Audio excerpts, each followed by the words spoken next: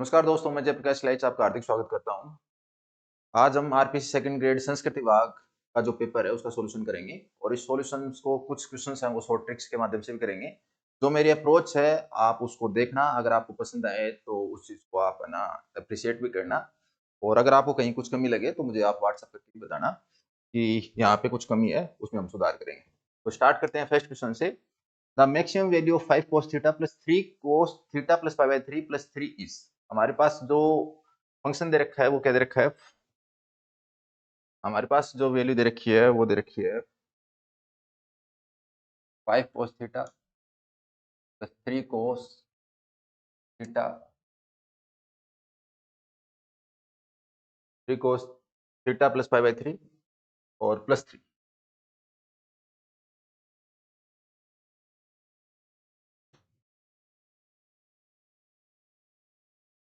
ठीक है, ऐसा दे रखा है और इसकी वैल्यू पूछी है तो आप इसकी मैक्सिमम मिनिमम वैल्यू दोनों निकाल सकते हैं। तो सबसे पहले जब इसका सॉल्यूशन स्टार्ट करते हैं तो यहाँ पे हमें क्या करना पड़ेगा, इसका प्रसार, इसमें फॉर्मूला लगाना पड़ेगा cos a प्लस b का। तो यहाँ पे हमने लिखा 5 cos theta, 5 cos theta plus 3, यहाँ पे हम लिखेंगे cos theta cos pi by 3 minus sin theta sin pi by 3 और बाद में प्लस 3 cos 60 sin 30 दोनों की वैल्यू एक ही होती है। तो यहाँ पे हम लिखेंगे 3 इंटू कोस थीटा और यहाँ पे इसकी वैल्यू 3 को अंदर मल्टीप्लाई कर दिया, इसकी वैल्यू 1/2 रख दी और यहाँ पे भी 3 को मल्टीप्लाई कर दिया अंदर और sin 60 की वैल्यू √3/2 और प्लस 3। अब आप जब सोल्व करोगे तो ये 5 तो यहाँ पे है ये प्लस 3/2, ये दो पद कोस थीटा के हैं और ये जो वैल्यू है ये sin थीटा का ये पद है, ये 3√3/2 इंटू साइन थीटा और प्लस 3। अब इसको अगर सोल्व करें तो ये हो जाएगा 13/2, 13/2 into cos theta minus 3√3/2 sine theta plus 3। अब हमें पता है कि a cos theta plus b sin theta हो चाहे a sin theta plus b cos theta हो, तो मैं कह रहा हूं अगर a cos theta plus b sin theta, अगर इसकी हम मैक्सिमम वैल्यू पूछिए तो मैक्सिमम वैल्यू क्या होगी, वो √a² प्लस b²। और इसमें अगर प्लस कांस्टेंट और कर दिया तो यहाँ पे भी इसमें क्या हो जाएगा, प्लस कांस्टेंट हो जाएगा। तो यहाँ हमारे क्वेश्चन में a की वैल्यू 13/2 है, b की वैल्यू माइनस 3√3/2 है और c की वैल्यू 3 है।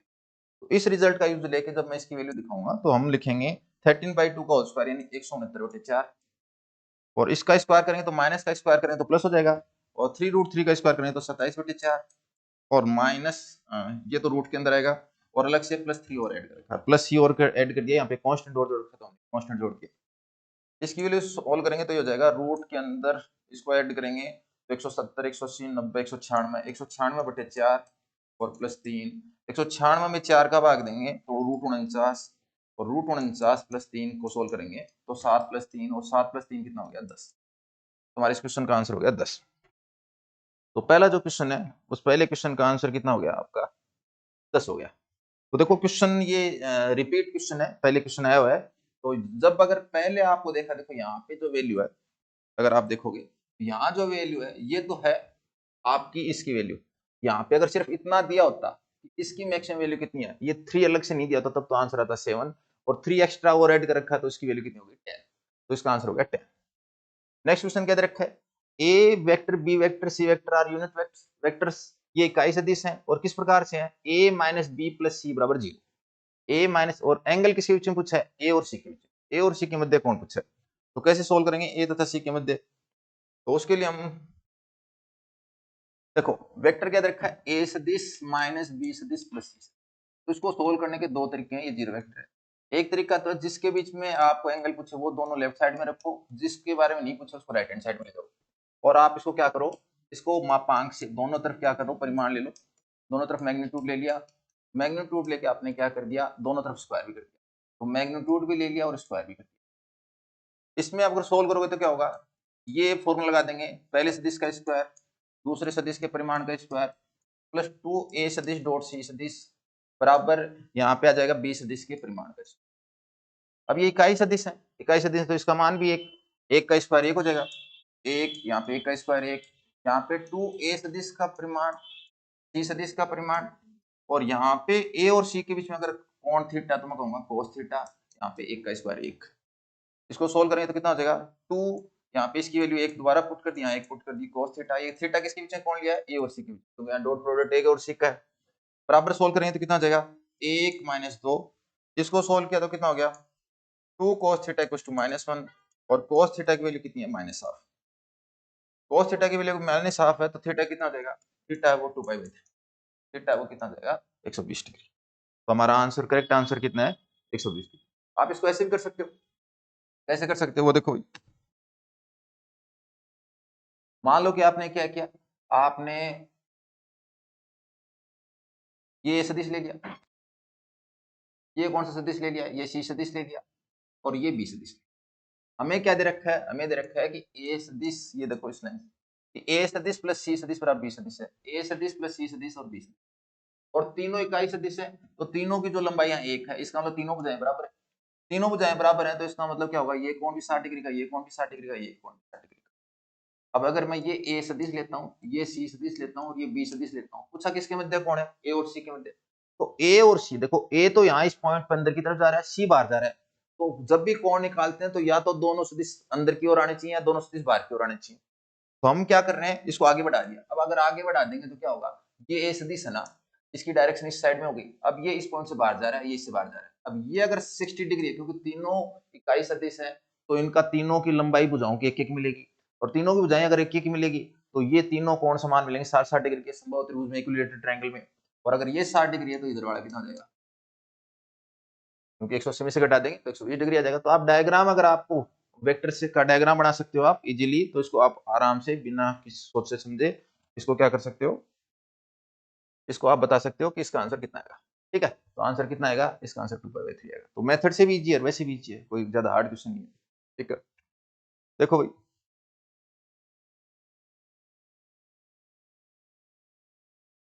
इधर रखा है in a given triangle ABC D E parallel to, ये जो डी दे रखा है वो किसके पैरेलल दे रखा है, बीसी के पैरेलल दे रखा है, एंड एडी बटे डीबी, एडी बटे डीबी ये 3:5 दे रखा है, ये 3 दे रखा है, ये 5 दे रखा है।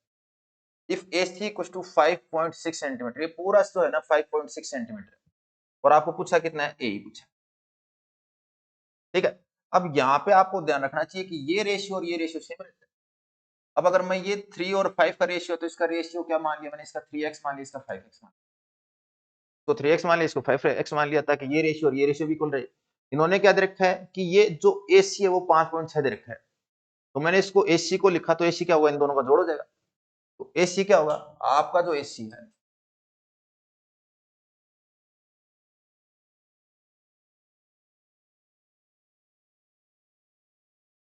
आपका जो AC है वो कितना हो जाएगा, आपका जो AC है वो 3x प्लस 5x हो जाएगा, और 3x प्लस 5x है तो इसका मतलब कितना हो गया, ये 8x है, और 8x की वैल्यू कितनी दे रखी है इन्होंने, 8x की वैल्यू दे रखी है 5.6, 8x की वैल्यू 5.6 है तो x की वैल्यू कितनी हो जाएगी, आपको 8 का भाग दो, 8 7 56 तो 0.7, x की वैल्यू 0.7 है, तो अगर आपको ये वैल्यू पूछी है तो ये 3x हो जाएगा।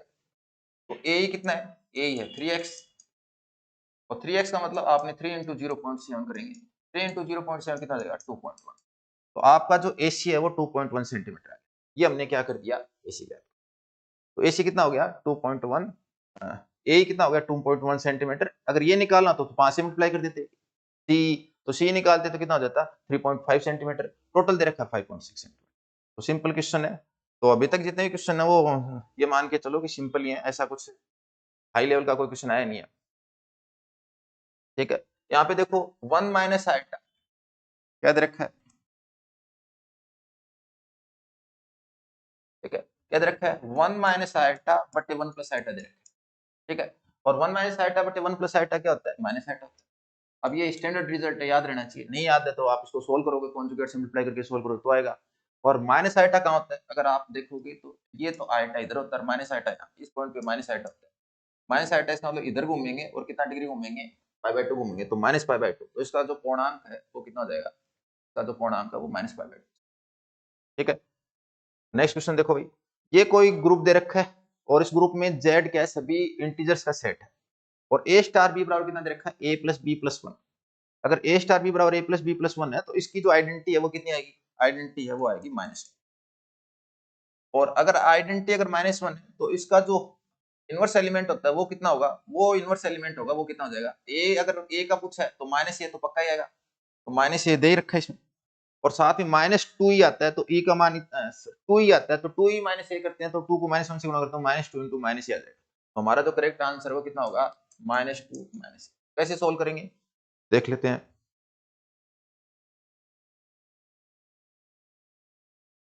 ठीक है, तो सोल्व कैसे करना है वो देखो भाई। सोल्व करने के लिए हमने क्या कहा कि ए स्टार बी बराबर कितना दे रखा है ए प्लस बी प्लस वन, हमने माना आइडेंटिटी है तो ए स्टार ई बराबर क्या हो जाएगा, इसको सोल्व करने पर कितना होगा ए प्लस बी प्लस वन बराबर ए से कैंसिल हो गया, बी प्लस वन बराबर जीरो, और बी प्लस वन ये ई दे रखा तो ई मान लेंगे, नहीं मानते तो भी आ जाता A plus E plus one two A. मैं ये मानते हुए कि आपने पढ़ रखा है इसलिए मैं थोड़ा फास्ट चल रहा हूँ पेपर सोल्यूशन के हिसाब से, वरना इसको बेसिक से आराम से बताएं तो और इजीली समझ आता है। ई का मान कितना आएगा माइनस। अब जब इनवर्स निकालेंगे तो क्या होगा, अगर ए को इनवर्स अगर मैं बी मानता हूँ तो उससे आइडेंटिटी एलिमेंट आना चाहिए, तो आप कहोगे ए प्लस बी प्लस वन बराबर आइडेंटिटी एलिमेंट है वो माइनस वन है, इससे बी की वैल्यू कितनी होगी, बी की वैल्यू होगी वो माइनस टू माइनस। तो इस टाइप से ना, वैसे पेन उठाने का है नहीं इस क्वेश्चन में, लेकिन फिर भी अगर जैसा आपको उचित लगे वैसा कर सकते हो। फिर सीधा सा ध्यान रखना है, अगर आपको ए का प्रतिलोम पूछा ना, अगर किसका प्रतिलोम पूछा आपको ए का प्रतिलोम पूछा तो माइनस ए तो पक्का आएगा, माइनस ए आएगा तो प्लस ए वाले तो कैंसिल हो गए, और यहाँ पे क्या होता है माइनस टू ही होता है, तो फॉर्मूला होता है minus sorry plus two E minus ई, ऐसा होता है, और ई का मान माइनस वन पुट कर देंगे। ऐसा याद रख सकते हो तो डायरेक्ट भी सकते हो, वरना थोड़ा सा सोल्व करना पड़ेगा, दो लाइन का सोल्यूशन। ठीक है, देखो भाई ये दे रखा है, एक वर्ग दे रखा है x square plus y square minus two x बराबर जीरो। अब इसमें वर्ग के समीकरण में अचर पद नहीं है, जब अचर पद नहीं है इसका मतलब मूल बिंदु से जाता है, y की सभी घातें इवन है, इवन पावर है y की, और अगर y की सभी घातें अगर सम है तो ये क्या होगा x एक्स के प्रति क्या होगा सममित भी होगा। तो वृत्त x square plus y square minus two x बराबर जीरो द्वारा रेखा y बराबर x पर अंतःखंड एपी है, वर्त जिसका व्यास एबी होगा समीकरण पूछा है। तो सबसे पहले अगर आप इसको अगर रीड कर गए हो तो ये मूल बिंदु से गुजरता है और ये x एक्स के प्रति क्या होता है सममित, और जब इसका सेंटर और वगैरह निकालोगे ना तो सेंटर आएगा इसका 1,0, त्रिज्या 1 आ जाएगी। अब क्या करें कि एक रेखा है y बराबर x, रेखा y बराबर x की विशेषता क्या होती है, कोई भी बिंदु होगा उसमें x कोऑर्डिनेट और y कोऑर्डिनेट दोनों इक्वल होंगे, x कोऑर्डिनेट और y कोऑर्डिनेट क्या होंगे दोनों इक्वल होंगे। अब आप देखो अगर ये 1,0 और त्रिज्या 1 है तो अगर ऊपर जाओगे यहाँ पहुंचोगे तो ये एक त्रिज्या है, इधर भी एक ऊपर जाना पड़ेगा, एक ऊपर जाना पड़ेगा तो y कोऑर्डिनेट 1 बढ़ जाएगा तो 1,1 होगा। इसका मतलब इसका x और y कोऑर्डिनेट दोनों इक्वल है, और x और y कोऑर्डिनेट दोनों इक्वल है तो इसका मतलब y बराबर x रेखा अगर जाएगी ना यहाँ से, अगर यहाँ से y बराबर x रेखा जाएगी तो वो रेखा ऐसे जाएगी, ऐसे यहाँ से ऐसे जाएगी, इन दोनों बिंदुओं से जाएगी। तो एक बिंदु तो कौन सा हो गया मूल बिंदु हो गया, और एक बिंदु कौन सा हो गया एक एक हो गया। अब हमें क्या करें, एक वर्त का समीकरण बताओ जिसका व्यास के सिरे कौन कौन से हैं, एक तो 0,0 है और 1,1। तो अगर x1 y1 और x2 y2 वर्त के व्यास के सिरे हों तो हम क्या करते हैं, जो वर्त का समीकरण है वो डायरेक्ट लिख सकते हैं। तो वर्त का समीकरण क्या होगा वो देख लो भाई, व्यास के सिरे अगर ऐसे दे रखे हैं, ठीक है, तो वर्त का समीकरण कैसे लिखोगे, अगर व्यास के सिरे कौन कौन से हैं, एक 0,0 है और 1,1, ठीक है, तो समीकरण होता है x minus x one into x minus x two plus y minus y one into y minus y two बराबर 0।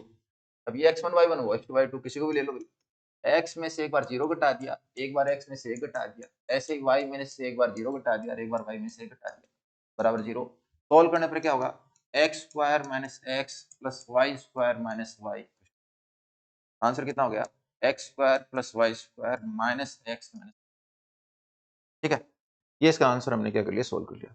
वैसे भी अगर आप है ना पॉइंट से सब्सक्राइब करोगे 0,0,1,1 से तो भी आप इसका आइडिया लगा सकते हो। तो हम पॉइंट सब्सक्राइब नहीं करे, हमने बस पूरा सोल्व करके बताया। यहाँ पे जब इसके व्यास के सिरे हैं तो देखो ये तो मूल बिंदु से नहीं जा रहा, ये जो है ये तो मूल बिंदु से नहीं जा रहा, ये तो वैसे आंसर नहीं हो सकता, ठीक है। ये जो वैल्यू है ना, ये बाकी के जो पॉइंट है ये और ये जो दो पॉइंट है ना, ये किस किस से संतुष्ट नहीं कर रहे, मूल बिंदु से जा रहे हैं लेकिन ये 1,1 से क्या नहीं हो रहे संतुष्ट। तो आप बिंदु से संतुष्ट कराओगे तो कौन सा आंसर हो जाएगा, फोर्थ आंसर हो जाएगा। नेक्स्ट क्वेश्चन है वक्र y स्क्वायर और a square x square plus bx cube plus cxy square पर मूल बिंदु की प्रकृति है, नेचर ऑफ नोड, आपको मूल बिंदु की प्रकृति पूछी है। तो मूल बिंदु की प्रकृति ज्ञात करने के लिए क्या किया हमने, इसमें देखो ये y square a square x square है, और B X cube plus C X Y square है। तो मैं इसको एक बार थोड़ा डिटेल से ढंग से लिख देता हूँ। वाई स्क्वायर बराबर A square X square, Y square बराबर ए स्क्वायर एक्स स्क्वायर, और फिर प्लस में अगर आप देखोगे तो प्लस में लिख रहा है B X cube plus C X Y square, B X cube plus C X Y square. इसमें अगर आप क्या करोगे देखोगे तो ये दो घात का पद है, ठीक है भाई, ये कितने घात का पद है? अगर आप ये देखो तो ये दो घात का पद है, ये दो घात का पद है, ये तीन तीन घात के पद। तो न्यूनतम घात कितनी होगी? लोएस्ट पावर 2 हो गई। और न्यूनतम घात के पदों को शून्य के बराबर करोगे तो क्या होगा? वाई स्क्वायर बराबर ए स्क्वायर एक्स स्क्वायर, या वाई स्क्वायर माइनस ए स्क्वायर एक्स स्क्वायर 0 देगा। और इनको सोल्व किया तो क्या हो गया? वाई बराबर प्लस माइनस ए एक्स आ गया। इसका मतलब वक्र की दो स्पर्श रेखाएं हैं, एक तो y की स्पर्श, एक तो स्पर्श रेखा y बराबर ax और दूसरी स्पर्श रेखा y बराबर माइनस ax। और अगर किसी बिंदु पर वक्र की दो स्पर्श रेखाएं और दोनों क्या हो? वास्तविक हो और भिन्न भिन्न हो, तो मूल बिंदु की जो प्रकृति है, उस पॉइंट की प्रकृति है, वो क्या होती है? नोड होती है। इस पॉइंट की जो नेचर है ना, इस पॉइंट की जो नेचर है वो क्या होगी? नोड हो जाएगी। तो इस पॉइंट की ऊंचाई एक नोड है, ये हमारा क्या है? एक नोड आंसर हो जाएगा, नोड करेक्ट हो जाएगा। ठीक है, अगला इंटीग्रेशन दे रखा है e की पावर x माइनस 1। सिंपल सा क्वेश्चन है। ऐसा क्वेश्चन, जो क्वेश्चन पहले एग्जाम में आ गया उसको तो बच्चे वैसे ही नहीं छोड़ते, तो इस क्वेश्चन को तो कोई नहीं छोड़ेगा, अगर जिसने छोड़ दिया तो उसने लोग पढ़ के नहीं गया। ठीक है, तो अगर हम इसको कहेंगे तो e की power x into x minus 1, x minus 1 upon x plus 1 की होल dx। ये इंटीग्रेशन कुछ है, तो कैसे करेंगे इसको सोल्व करें तो e की पावर x, यहाँ पे हमने क्या किया? मल्टीप्लाई में x में प्लस 1 किया और 1 करने पर 1 और घटाना पड़ेगा तो माइनस 2 हो जाएगा अपॉन एक्स प्लस 1 की। तो जिसको इसका क्वेश्चन बिना पेन उठाए आंसर किया वो तो इसका ना ढंग से पढ़ के जा रहा समाक लिंक, मान लो आप कैसे कुछ कर लो। इस क्वेश्चन में इसने ऐसे मेरी तरह ना अलग अलग करके ऐसे कर रहा है, तो इसका मतलब थोड़ा सा क्या है, का समाकलन में आतंक है, समाकलन पे और काम करने की आवश्यकता है। यहाँ पे भाई मेरे को समझाना है इसलिए मैं पूरी स्टेप करके लिख रहा हूँ। अब यहाँ पे क्या होगा? अगर ये एक पावर इससे कैंसिल हो जाएगी, एक पावर अगर आप कैंसिल करोगे तो आप क्या होगा? ये तो ऊपर एक बचेगा, यहाँ पावर 2 बचेगी, और इस पूरे को आप क्या मानोगे? जब टी मानोगे तो e की पावर x, एक बार मैं इसको fx मान लेता हूँ, ये 1 अपॉन एक्स प्लस 1 का होल स्क्वायर, और इसको अगर मैं एक बार प्लस के साथ ही लिख रहा हूँ, माइनस इधर लिख रहा हूँ, 2 अपॉन एक्स प्लस 1 dx। तो ये कौन सी फॉर्म हो गई? ये फॉर्म हो गई e की पावर x ब्रैकेट में f of x plus f dash x और dx, ये फॉर्म हो गई। अगर ये ऐसी फॉर्म है तो फिर क्या होगा? ऐसी फॉर्म है तो आप क्या करोगे? इसका इंटीग्रेशन लिखोगे, लिखो e की power x f of x plus c, और ये इसका f ऑफ x ये है, इसका ये डेरिवेटिव है, तो यहाँ पे इसका आंसर हो जाएगा e की power x into 1 upon x plus 1 का होल स्क्वायर प्लस c। बहुत ही सिंपल क्वेश्चन है, रिपीटेड क्वेश्चन है आरपीएससी का। आरपीएससी का जो क्वेश्चन रिपीट हो गया वो बच्चे तो है ना, ये मान लो कि चुटकी में उड़ा देते हैं। ठीक है, उसको तो आप समझो ही मत क्वेश्चन आया कि नहीं आया। ठीक है, यहाँ देखो भाई, ये कह रहा है कि यदि समीकरण P x square minus 10xy plus 12y square plus 5x minus 16y minus 3 equal to एक रेखा युग्म को निरूपित करती है तो p का मान है। If the equation P x square minus 10xy plus 12y square, और ये जो समीकरण इसको मैं एक बार लिख देता हूँ, ये है P x square minus 10xy,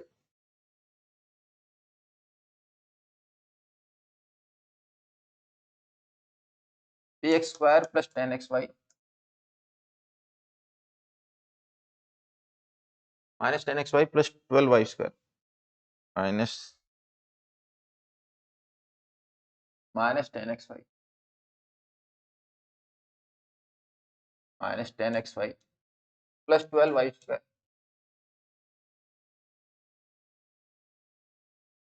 5x minus 16y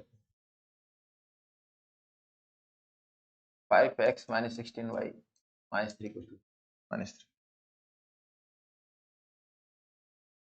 minus 3। ठीक है, ये क्वेश्चन दे रखा है, ये एक रेखा युग्म को पेयर ऑफ स्ट्रेट लाइन को रिप्रेजेंट कर रहा है, तो आपको पूछा कि p की वैल्यू कितनी होगी। तो अगर ये पेयर ऑफ स्ट्रेट लाइन को पूछता है तो देखो भाई, इसकी एक तरीका तो है कि हम एक सारणिक बनाएं, और सारणिक में क्या लिखें? ए बी सी, अगर इधर भी लिखें ए बी सी और एफ जी एच, इधर भी एफ जी एच लिखिए। इसको अगर मैं डेल कहूँ वो तो डेल का मान कितना आना चाहिए, 0 आना चाहिए। एक तरीका तो है डेल का मान 0 लेके चले और उसे पी का माना जाएगा। पहला तरीका तो यही समझ लो, यहाँ पे क्या है, ए क्या भाई एक्स स्क्वायर का, ए क्या एक्स स्क्वायर का गुणांक, पी है यहाँ पे, पी क्या है वाई स्क्वायर का गुणांक 12, सी क्या है कांस्टेंट टर्म -3, ठीक है। फिर क्या एफ जी एच क्या होगा, देखो यहाँ पे ये होता है 2hxy, अगर ये टर्म अगर आपको याद हो तो ये 2hxy होती है, अगर ये 2hxy है तो इसका मतलब 2h की वैल्यू कितनी है, 2h की वैल्यू -10 है तो h की वैल्यू -5, यहाँ -5 तो यहाँ पे -5, ठीक है। उसके बाद में ये 2gx तो 2g की वैल्यू 5, c की वैल्यू 5/2, c की वैल्यू 5/2, और ये अगर 2f करोगे तो ये -8, ये -8 और ये 5/2, इसका सारणिक का मान क्या होना चाहिए, 0 होना चाहिए। तो ये किसको रिप्रेजेंट करेगा, तो ये एक सरल रेखा युग्म को निरूपित करेगा, ये चीज कहना चाहिए, ठीक है। तो देखो भाई इसको सोल्व करेंगे और सोल्व करने पर हमारा क्या होगा, तो ये तो इसमें सारणिक का मेथड है भाई, इसको सोल्व करके इसमें हम आंसर ज्ञात कर सकते हैं। तो कैसे करेंगे, p इंटू -36 और -64 -5, इसको गुणा करेंगे तो +15, इसको गुणा किया तो -5 और इसको गुणा किया तो कितना हो गया 15, और इसको इससे गुणा किया तो प्लस का, और इसको उससे गुणा किया तो 2 तो कट गया 4 और 4 5 20, और साथ में +5/2, 5/2 इधर गुणा किया तो 40 - 60/2 30 इक्वल टू 0। सोल्व कर लेते हैं भैया, 64 और 36 100 माइनस का 100 पी, ठीक है, ये प्लस का 5 और 5 गुणा 35, और इसको सोल्व किया तो ये आ गया 5/2 गुणा 10, तो 5/2 गुणा 10 यानी आप इसको और काट दोगे तो कितना आ जाएगा, 5 ही आ जाएगा, ये 100 पी है भाई। इसको सोल्व किया तो 100 पी तो उधर ले गए, 35 पंजू 175 और 5 5 25 ही आ जाएगा बराबर 100 पी, तो ये हो जाएगा 100 पी बराबर इतना, तो कितना हो जाएगा 200 बराबर 100 पी, तो 200 बराबर 100 पी, तो पी बराबर कितना आ गया 2। ये तो मेथड से हो गया। दूसरा डायरेक्ट क्या कैसे कर सकते हैं वो और देख लो,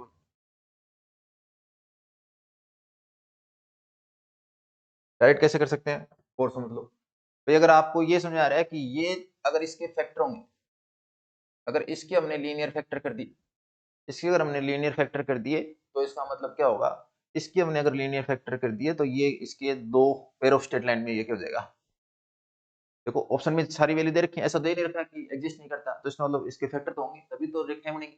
फैक्टर करेंगे तो फैक्टर होने के लिए क्या तरीका होता है कि इधर जो गुणा करते हैं ना, इधर गुणा, तो हम क्या करते हैं, अगर एक्स स्क्वायर और वाई स्क्वायर के जो, अगर जैसे हम A X square plus B X plus C, अगर इसके फैक्टर करते हैं तो हम क्या करते हैं, सबसे पहले ए सी और फिर बी के ऐसे टुकड़े करते हैं कि वो ए सी के बराबर आ जाए, तो जब मैं इन दोनों को गुणा करूंगा तो आएगा 12 फी, और इस 10 के ऐसे टुकड़ा करूंगा कि वो इसमें भाग लग जाए। तो देखो अगर 10 के अगर आपने टुकड़े किए, सुनो ना भाई, अगर 10 के टुकड़े किए तो एक टुकड़ा क्या पॉसिबल है, अगर एक टुकड़ा पॉसिबल है जैसे 9 और 1 कर दिया, 8 और 2 कर दिया, ठीक है ना। अब जो वैल्यू ना इनमें देखो भाई, अगर मान लो कि आपको देख रहा है पी 1 3 2 -2, तो आपको ऐसा होना चाहिए कि उस फैक्टर में है ना वो 12 से पूरा पूरा क्लियर हो जाए, क्योंकि पी का मान तो क्या है, पी का मान तो या तो 1 होगा या 2 या 3 होगा, तो आपको 10 के ऐसे फैक्टर करने हैं जो कि इसको पूरा सा पूरा डिवाइड करते हैं, तो 10 के दो फैक्टर ऐसे करने हैं तो कि इसको पूरा पूरा डिवाइड कर दें, ठीक है। तो अगर आपने इसके 10 के फैक्टर 6 और 4 कर दिए, तो आप जब इसको पूरा पूरा भाग करोगे तो ये इसमें भाग जाना चाहिए, भाग जाना चाहिए, तो इसका मतलब क्या होना चाहिए, ये 6 दूनी 12, 6 दूनी 12 हो गया। इसके बाद में ये और इससे 2 से कटेगा तो 2 आ गया, पी बटे 2 पूरा पूरा भाग जाना चाहिए, पी बटे 2 कब जाएगा, जब पी 2 का मल्टीपल हो, इसका मतलब पी यहाँ पे 2 आना चाहिए। तो जब भी यहाँ माइनस हो, प्लस माइनस प्लस का सिस्टम बन रहा हो, तो यहाँ ये पी वैल्यू प्लस की आएगी और 2 आएगी। तो किसी को ऐसे ऑब्जर्वेशन आता है तब तो आप ऐसे इससे डायरेक्ट हिसाब लगा सकते हो, वरना सारणी पे आपको जाना पड़ेगा। ये दे रखा है कि ये कितने नंबर के कितने ट्रांसपोजिशन होंगे वो देखना है। सबसे पहले इसको हमने लिखा, इसको एक की इमेज है 2, 2 की इमेज है 3, 3 की इमेज है 4, 4 की इमेज है 5 और 5 की इमेज है 1, तो लिखने की जरूरत नहीं है। 6 की इमेज 6 नहीं लिखा, 7 की इमेज 7 नहीं लिखा, 8 की इमेज है 9, 9 की इमेज है 8। अब अगर ये कोई चक्र है, ये कोई साइकिल है और चक्र है जिसकी लंबाई 5 है, तो 5 लंबाई के चक्कर से 4 पक्षांतर ना जाएंगे, n लंबाई के चक्कर से n-1 पक्षांतर ना जाएंगे। आप लिख के भी देखना चाहो तो लिख के भी दे सकते हो, कौन कौन से लिखोगे, 1 5 1 4 1 3 1 2 ऐसे लिख के भी दे सकते हो और सीधा हिसाब लगा सकते हो। तो 4 तो इससे आ गई, 1 ये आ गया, कितने पक्षांतरण हो गए? 5 पक्षांतरण हो गए। तो नंबर ऑफ ट्रांसपोजिशन कितने हो जाएंगे? 5। ठीक है, अगला क्वेश्चन क्या देखा, x का मान जिसके लिए सदिश ये तथा ये बीच का क्या है? अधिक कोण है। x का मान जिसके लिए सदिश ये और ये के बीच का क्या है? बीच कैसा है? अधिक कोण, ये कुछ है। तो जब भी अधिक कोण होगा तो इसका मतलब a डॉट b है, समझना भाई। अगर a डॉट b जीरो आ गया तब तो क्या हो गया? परस्पर लंबवत हो जाएंगे। a dot b less than zero आ गया तो न्यून कोण हो जाएगा, और a डॉट b अगर ग्रेटर देन जीरो आ गया तो क्या हो जाएंगे? अधिक कोण हो जाएंगे।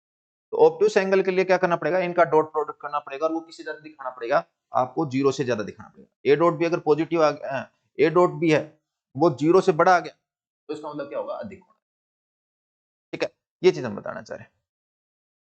ए डॉट बी पॉजिटिव नहीं, ए डॉट बी नेगेटिव, उल्टा बता दिया। अगर ए डॉट बी पॉजिटिव होगा तो न्यून कोण आएगा, ए डॉट बी नेगेटिव होगा तो क्या आएगा? अधिक कोण आएगा। तो ए डॉट बी आपका कैसा होना चाहिए? Less than zero. अब समझो कैसे होगा भाई। तो पहले तो मैं सदिश लिख देता हूं, फिर इसको रीजन बता देते हैं। ए सदिश बराबर है 2x स्क्वायर प्लस 4x जे प्लस की। तो क्या दे रखा है? ए सदिश बराबर दे रखा है, ए सदिश बराबर 2x स्क्वायर आई कैप प्लस 4x जे कैप प्लस, और बी सदिश और दे रखा है। ठीक है, बी सदिश क्या दे रखा है? 7i minus 2j, 7i minus 2j, 7i के प्लस x की कैप।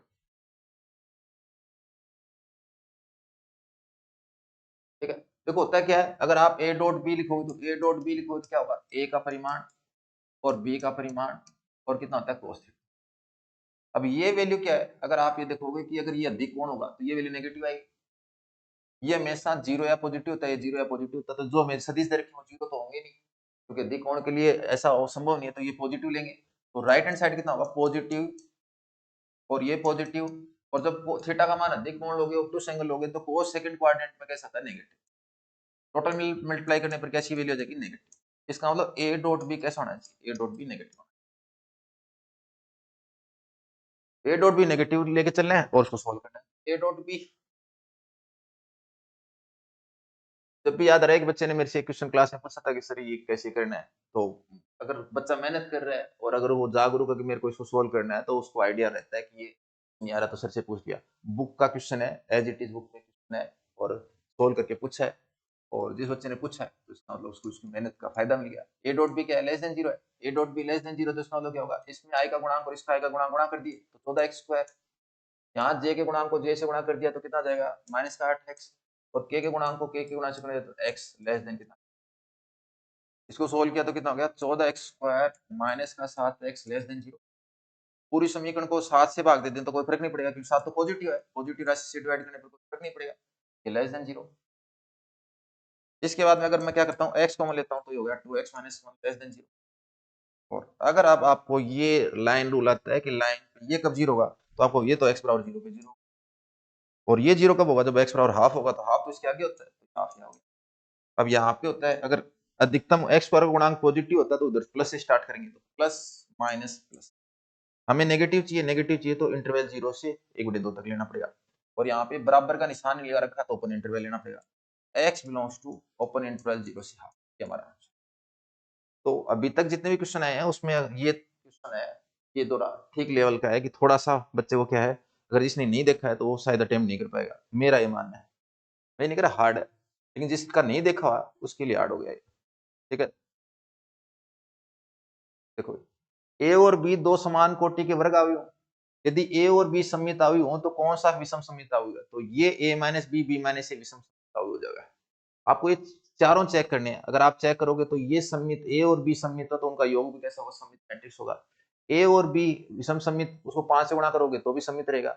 ए और बी सममित मैट्रिक्स है, सिमेट्रिक मैट्रिक्स है, तो उनका जो डिफरेंस है वो कैसा रहेगा? आपका हो गया ए और बी सिमेट्रिक है तो उनका डिफरेंस भी वैसे ही रहेगा, सिमेट्रिक रहेगा। 3 से मल्टीप्लाई करने पर भी सिमेट्रिक रहेगा। अब ऐसे करेंगे तो ए बी, अगर ए और बी सिमेट्रिक है तो ए बी तो पता ही नहीं चलता कि ए बी कैसा है, क्योंकि ए बी का ट्रांसपोज करते हैं तो बी का ट्रांसपोज और ए का ट्रांसपोज आते हैं, लेकिन ए बी प्लस बी ये दोनों लिख दिए ना तो वो सममित रहेगा। तो ये जो तीन ऑप्शन दे रखे हैं ना, ये तो सममित के दे रखे हैं, ये सममित है, ये सममित और ये सममित है। तो ये तो हमें पूछा विषम सममित, तो तीनों गलत हो गए, कौन सा बच गया? ये विषम सममित। तो अगर आपने ढंग से मेहनत की है तो आपको क्वेश्चन बोल के कहेगा कि मैं विषम समित हूँ, लेकिन अगर आप सोल्व करना चाहो तो कैसे करोगे, आप ए बी माइनस बी ए को सोल्व करोगे। कैसे करोगे देखो, अगर ए समिता हुई हो तो ए का ट्रांसपोज ए हो जाएगा, और बी समिता हुई हो तो बी का ट्रांसपोज बी हो जाएगा। सिमेट्रिक मैट्रिक्स है ए और बी। अब आपको ए बी माइनस बी ए का ट्रांसपोज, अगर इसका आप ट्रांसपोज निकालोगे तो क्या होगा, इसमें ए बी का ट्रांसपोज अलग हो जाएगा और बी ए का ट्रांसपोज अलग हो जाएगा। ठीक है, इसको सोल्व किया तो कितना होगा, पहले बी का ट्रांसपोज ए का ट्रांसपोज माइनस इधर ए का ट्रांसपोज बी का ट्रांसपोज, रिवर्स ऑर्डर लग जाएगा, रिवर्सल लो लग जाएगा, बी का ट्रांसपोज बी लिख देंगे, बी ए जिसके भी ट्रांसपोज उनकी वैल्यू रख देंगे और माइनस कॉमन ले लेंगे, माइनस कॉमन ले लेंगे तो कितना देगा। अगर किसी का ट्रांसपोज लेने पर माइनस कॉमन आ जाता है और एज इट इज आ जाता है तो कैसा होता है, इसकी सिमेट्रिक होता है, विषम इसको सिमेट्रिक विषम समीकरण। ठीक है, तो सिंपल क्वेश्चन है, शायद मोस्टली बच्चों ने कर दिया हुआ। प्रत्येक वास्तविक संख्या या तो परिमेय होती है, every real number is either rational irrational, correct है, सही बात है, पाई जनरेट, सही बात है। और ये कह रहा है कि ये will terminate after 4 places of decimal, तो आपको यहाँ पे देखना पड़ेगा कि 2 की पावर 4 है और 5 की पावर कितनी है, 3 है। अगर बट्टे में आपके हर में डिनोमिनेटर में अगर 2 और फैक्टर, बट्टे में फिर फैक्टर क्या है, 2 है और 5, और इसकी पावर a है और इसकी पावर कितनी है, b है, और ऊपर 2 और 5 कुछ है नहीं। देखो 43 है तो 2 से कट होगा क्योंकि इवन संख्या नहीं है। 43 का यूनिट डिजिट न तो 5 है न 0, इसका मतलब न तो 2 से कैंसिल और न 5 से कैंसिल वाला सिस्टम भी नहीं बचा। तो ऊपर वाली वैल्यू वो तो 43 है। अब आप यहाँ पे जिसकी जो हाईएस्ट पावर है ना, उतने पद क्या आएंगे, उतने बाद उतने पद आएंगे, क्योंकि वो 2 गुणा 5 कितना होता है, 2 गुणा 5 10 होता है। तो यहाँ पे क्या हुआ, 2 की पावर तो 4 है, अब 2 की पावर 4 इसका मतलब क्या हो गया, 2 गुणा 2 गुणा 2 गुणा 2, और 5 की पावर 3 है, इसका मतलब 5 गुणा 5 गुणा 5। ठीक है, अब मुझे इसको, ये दोनों मिलके 10 हो जाएंगे, ये दोनों इसके साथ मिलके 10 हो जाएंगे, ये इसके साथ मिलके 10 हो जाएगा। एक 10 बनाने के लिए ऊपर नीचे 5 से गुणा करना पड़ेगा, तो मैं ऊपर 5 से गुणा कर दूंगा, ऊपर 5 से गुणा करूंगा तो नीचे भी 5 से गुणा कर दूंगा। अब ऐसे गुणा करने पर ऊपर 43 पंजू 215, और नीचे आ जाएगा 10 की पावर 4। अब जब 10 की पावर 4 का मतलब कितना हो गया, 10 की पावर 4 का मतलब 10 गुणा 10 गुणा 10 गुणा 10, और जब 215 में अगर आप भाग दोगे इतने का तो पहले एक बार जीरो लगा दो, यहाँ पे कुछ फर्क नहीं पड़ेगा। तो दशमलव लगाओ तो 1 2 3 4 के पहले दशमलव लग जाएगा, जब इसको सोल्व करोगे तो इसको सोल्व किया तो दशमलव लग गया, तो आंसर कितना आएगा इसका 0.0215। इसको तो सोल्व करके भी बता सकते हैं कि ये terminate after 4 places of decimal, ये इतना तो सही बात है, तो ये भी करेक्ट है। इसका मतलब फर्स्ट सेकंड थर्ड तीनों ही क्या है, करेक्ट है, तीनों सही है। ठीक है, तो सिंपल क्वेश्चन है। लेकिन अगर पावर दे रखी हो 2 की पावर 85, 5 की पावर कुछ भी 90 दे रखा है और ऊपर वाले से कैंसिल नहीं हो रहा, तो जो हाईएस्ट पावर है उतने दशमलव के बाद में पद आएंगे। ठीक है, अगला क्वेश्चन क्या है, अगला क्वेश्चन है कि भाई यदि समीकरण निकाय का अशून्य हल विद्यमान है, तो देखो ये होमोजेनियस सिस्टम है, इसमें सब में बराबर में जीरो है, एक्स वाई जेड के पद तो, लेकिन अचर पद नहीं है, अचर पद शून्य है और बराबर में। तो अगर होमोजेनियस सिस्टम होता है और उसका अशून्य विद्यमान होता है तो इसका मतलब उसके अनंत हल होते हैं, इनफाइनाइट सॉल्यूशन। तो इनफाइनाइट सॉल्यूशन के लिए जो डिटरमिनेंट है उसकी वैल्यू जीरो होती है। तो एक तरीका तो आप ऐसे डिटरमिनेंट जीरो करके उसको सोल्व कर लो, उसके कोएफिशिएंट का। लेकिन मैं सीधा ये कहूंगा कि अगर आपने ऑब्जर्वेशन कर लिया तो ऑब्जर्वेशन क्या कहता है, देखो ये और ये दोनों एक ही समीकरण है। अगर ये समीकरण और ये समीकरण दोनों एक समीकरण है, अगर ये आपको समझ में आ गया पहली और दूसरी दोनों एक समीकरण है, तो आप क्या कर दोगे, इस क्वेश्चन का आंसर ना बिना सारणी के सोल्व कर लोगे। कैसे करोगे, तो वो देखो इसका x का गुणांक कितना है, इसमें 1, इसमें x का गुणांक कितना है 3, ये इसका 3 गुना है, यहाँ इसका गुणांक देखो ये 3 गुना है। मैं एक बार इस समीकरण को 3 से गुणा कर देता हूँ। अगर मैं इस समीकरण को ऊपर वाले को 3 से गुणा करूंगा तो कितना आ जाएगा, 3x + 3y - 3z = 0। और इस समीकरण में मैंने लिखा 3x - αy - 3z = 0। तो ये 3x से 3x मिल गया, माइनस का 3z से माइनस का 3z मिल गया। ये दोनों मैच कब होंगे, जब अल्फा की वैल्यू माइनस अल्फा की वैल्यू 3 हो और या अल्फा की वैल्यू कितनी हो, -3 हो। तो आपका आंसर हो जाएगा अल्फा की वैल्यू -3। अगर ये मेथड समझ नहीं आया तो फिर आप क्या करना, सारणिक सोल्व करना, सारणिक सोल्व करने पर कितना आ जाएगा, -3 आ जाएगा। बात एक ही है, कैसे सोल्व कर लो उसे। ठीक है, नेक्स्ट क्वेश्चन देखो भाई। नेक्स्ट क्वेश्चन क्या कह रहा है, एक वर्ग और एक समबाहु त्रिभुज का परिमाप बराबर है, एक स्क्वायर है और एक कैसा दे रखा है, इक्विलेटरल ट्रायंगल दे रखा है, उनका परिमाप बराबर है। तो मान लो त्रिभुज वर्ग की भुजा तो मैंने क्या मान ली, ए मान ली, ये तो कोई स्क्वायर मान लिया जिसकी साइड ए है, और एक मैंने क्या मान लिया, इक्विलेटरल ट्रायंगल मान लिया जिसकी साइड मैंने एक्स मान लिया। इनका परिमाप बराबर है, तो इसका मतलब 4a और 3x दोनों बराबर हो जाएंगे। ठीक है, वर्ग का विकर्ण कितना है 12√2, 12√2। तो इसका अगर ए बुझाती तो विकर्ण होता है √2a, तो √2a बराबर हो गया 12 √2 से √2 कैंसिल हो गया, भुजा हो गई 12 सेंटीमीटर। भुजा अगर 12 सेंटीमीटर हो गई तो क्या हो गया 4 गुणा 12 बराबर 3 गुणा x। इस 3 को इधर से काटा तो 4 बार चला गया, तो x बराबर हो गया 16। x बराबर कितना हो गया 16। त्रिभुज का क्षेत्रफल भुजा, समबाहु त्रिभुज का क्षेत्रफल कितना होता है, समबाहु त्रिभुज का क्षेत्रफल होता है √3/4 गुणा भुजा स्क्वायर, भुजा गुणा भुजा 16 गुणा 16। इसको सोल्व करोगे तो 4 बार कट जाएगा, 16 चौका 64, 64√3, 64√3 आपका आंसर। ठीक है, क्लियर है। अब देखो भाई ये है if alpha and beta are the roots of equation, यदि अल्फा और बीटा समीकरण x² + x + 1 के मूल हैं, तो अगर इस समीकरण के आपको मूल पता है तो इसके मूल क्या होते हैं ओमेगा और ओमेगा स्क्वायर। तो इसका मतलब अल्फा की वैल्यू तो ओमेगा दे दी और बीटा की वैल्यू क्या दे दी ओमेगा स्क्वायर। मतलब ये मान लो कि इस पेपर का सबसे इजी क्वेश्चन अगर कोई कहे तो ये क्वेश्चन है कि सबसे इजी क्वेश्चन। ठीक है, इस क्वेश्चन में तो कुछ मतलब है ही नहीं, प्रश्न भी यही आंसर भी यही। तो अगर किसी को इतना भी याद है ढंग से कि ये प्रश्न है यही आंसर है तो पेन उठाने की जरूरत नहीं है। लेकिन कोई भाई जिसका ढंग से नहीं सोल्व किया तो थोड़ा पेन वैन उठा लेगा। तो x² + x + 1 = 0, आंसर भी x² + x + 1 = 0। मतलब मैं तो कह रहा हूँ कि गोला काला करने में जितना टाइम लगेगा उतना टाइम लगेगा, लेकिन फिर भी अगर आप इसको सोल्व कराओगे तो अल्फा की पावर 7, अल्फा की पावर 7 यानी ओमेगा की पावर 7, और ओमेगा की पावर 7 यानी ओमेगा की पावर 1 बचेगा। बाकी ओमेगा की पावर 6 तो कितने में बदल जाएगा, ओमेगा की पावर 3 होता है उसमें बदल जाएगा। ऐसे ही अगर बीटा की पावर 7 करोगे तो ओमेगा स्क्वायर की पावर 7, और ओमेगा स्क्वायर की पावर 7 यानी ओमेगा स्क्वायर की पावर कितनी हो जाएगी ओमेगा स्क्वायर की पावर 14, और ओमेगा स्क्वायर की पावर 14 सोल्व करने पर दोबारा कितना देगा ओमेगा स्क्वायर। ठीक है, तो अल्फा ओमेगा था, अल्फा 7 ही ओमेगा आ गया, बीटा ओमेगा स्क्वायर था, बीटा की पावर 7 ही ओमेगा। ठीक है, ओमेगा स्क्वायर ही आ गया। तो जो मूल पहले इसके थे वही मूल इसके हो गए, और अगर सेम ही मूल है तो समीकरण भी सेम हो गई, समीकरण सेम हो गई तो आंसर हो गया x² + x + 1। तो ऐसे क्वेश्चन अगर आप एग्जाम में पेन वगैरह उठा के सोल्व करते हो तो फिर टाइम मैनेजमेंट नहीं होगा। ऐसे क्वेश्चन तो पर्सन x² + x + 1 = 0 और x² + x + 1 = 0, बढ़ो भी आगे। चलो नेक्स्ट क्वेश्चन देखते हैं भाई। नेक्स्ट क्वेश्चन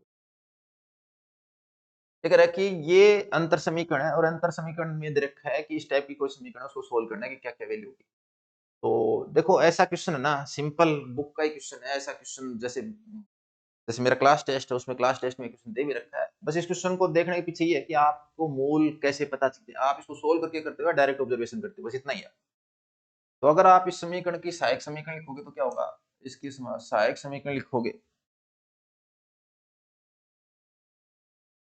तो क्या होगा, आप लिखोगे e³ या एम में लिख सकते हो -2e² - 5e + 6 बराबर 0। तो इसमें सम ऑफ रूट है ना इसके मूलों का गुणनफल। तो अगर मैं एक बार e1 e2 e3 कहूँ तो e1 m1 m2 m2 भी बोल सकते हैं, लेकिन मैं एक बार e1 e2 e3 बोल रहा हूँ। अगर इसके मूलों का योगफल कहें e1 e2 e3 का तो वो 2 आएगा, और इसके मूलों का जो गुणनफल है ना e1 e2 और e3, वो जो गुणनफल आएगा वो कितना आएगा -6। अब तो आप ये देख लो कि किन का तो जोड़ है ना, यहाँ पे अगर आप इनमें देखो या तो -1 या +1 है या -2 है या +2 या -3 या +3, बस ये इनमें से 1 2 3 में से हिसाब लगाना है कि कब तो जोड़ 2 हो जाएगा और कब कितना होगा गुणा 6 जाएगा। तो गुणा करने पर 1 गुणा 2 गुणा 3 है वो 6 होता है। -6 करने के लिए क्या करना पड़ेगा, -6 करने के लिए एक नेगेटिव लेना पड़ेगा। अब आप या तो इसको नेगेटिव लो या इसको नेगेटिव लो या इसको नेगेटिव। अब इन तीनों में से किसको नेगेटिव लेने पर जोड़ 2 आएगा, तो आपको पता है कि ये अगर मैं माइनस का 2 लूंगा ना तो 1 और -2 और 3 को जोड़ोगे तो जोड़ कितना आएगा 2 आएगा। इसका मतलब 1 -2 और 3 लेना है, तो 1 -2 और 3 लेना है, इसके अंदर 1 -2, तो 1 की पावर n आ गया, -2 की पावर n आ गया, 3 की पावर n आ गया। और वेरीफाई करना चाहो तो 2 2 को मल्टीप्लाई करने पर जो वैल्यू दे रखी है वो और लिख सकते हैं, तो 2 2 को मल्टीप्लाई करके तो अपना जो समीकरण है उसकी वैल्यू भी बता सकते हैं, लेकिन इतना वेरीफाई करने की जरूरत नहीं है। तो इस बुक में अगर कोई क्वेश्चन कहे ढंग के अगर कोई है तो अभी तक कोई 1 2 क्वेश्चन आप कह सकते हो कि ढंग का क्वेश्चन है, बाकी पेपर का लेवल ये मान लो कि बहुत ही इजी है। ठीक है, चलो देखो भाई अवकल समीकरण दे रखा है x dy और dx plus y log y plus बराबर xy e की पावर x का व्यापकल पूछा है। क्या पूछा है, ये पूछा है कि अवकल समीकरण x dy और dx plus y log y बराबर xy e की पावर x का व्यापकल, ये पूछा है। उसका व्यापकल पूछा है तो क्या दिख रहा है आपको, दिख रहा है कि यहाँ पे x है, यहाँ पे x और यहाँ पे x, दो जगह x दिख रहा है। ठीक है, बाकी ये समीकरण dy और dx में, तो ऐसे समीकरण को आप क्या कर सकते हो, ऐसे समीकरण को आप ना चर पृथक करके भी सोल्व कर सकते हो। आप चाहो तो आप जो तरीका लगाओ ना चाहिए वही साहब, क्योंकि देखो यहाँ पे अगर x इधर लाओगे और एक्स इधर लाने के बाद में एक्स कॉमन भी आ जाएगा और इसके बाद में ये पद उधर चला जाएगा। तो थोड़ा बहुत है ना सिस्टमेटिक ढंग से लग रहा है कि चर पृथक नहीं होगा, लेकिन ना अवकलन करके नेक्स्ट हो जाएगा। लेकिन सिंपल है, हार्ड नहीं है क्वेश्चन। सबसे पहले हमने क्या किया, y देखो यहाँ पे x y e की पावर x है, तो सबसे पहले y से डिवाइड कर दिया ताकि सिर्फ x का पद बचे। यहाँ पे अगर सिर्फ x का पद बचना चाहिए तो इसके लिए मैंने y से डिवाइड कर दिया, तो y से डिवाइड किया तो कितना हो गया, y से डिवाइड कर दिया। और अगर मैं इसका गुणांक भी 1 करना चाह रहा हूँ तो मैं x से भी डिवाइड करूंगा, तो x y दोनों से डिवाइड कर दिया, दोनों से डिवाइड कर दिया तो कितना हो गया, समीकरण अगले पेज पे लिख देता हूँ, x dy और dx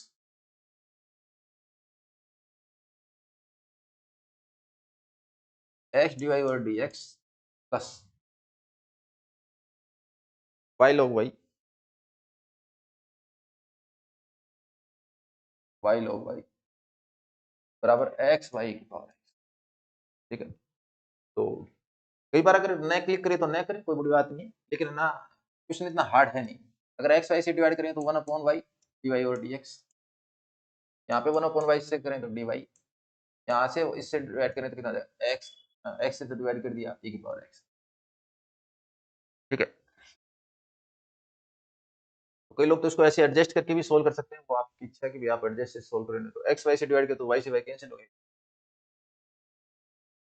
ठीक है, तो सबसे पहले मैं तो पूरे मेथड से सोल्व कर देता हूँ क्वेश्चन को। मैंने क्या कहा, लेट log y बराबर t, log y बराबर t माना, log y बराबर t माना तो 1/y dy और dx बराबर कितना हो गया, dt और dx।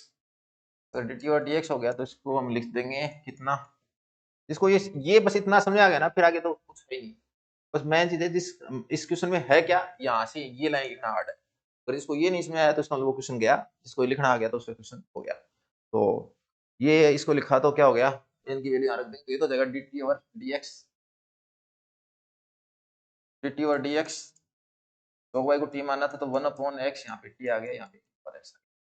इंटीग्रेटिंग फैक्टर लिखेंगे तो इंटीग्रेटिंग फैक्टर समाकलन गुणक कितना होगा, e की पावर समाकलन 1/x dx, इसको लिखेंगे तो e की पावर log x, और e की पावर log x का मतलब कितना हो गया x, ये और लोग कैंसिल हो जाएंगे। सॉल्यूशन क्या होगा, t इंटू इंटीग्रेटिंग फैक्टर बराबर आपका जो राइट हैंड साइड है into integrating factor into dx plus integration constants. अब इंटीग्रेटिंग फैक्टर तो x है और t की वैल्यू मैंने 1/y मानी थी, तो t की वैल्यू log y मानी थी, तो log y यहाँ पुट कर दिया पहले से, इंटीग्रेटिंग फैक्टर की वैल्यू पुट कर दी x, यहाँ रख दिया x e की पावर x इंटू x। ठीक है, तो क्या आंसर हो जाएगा यहाँ पे, x log y तो इधर बच गया, x log y बराबर इंटीग्रेशन किसका करना है, x e की पावर x।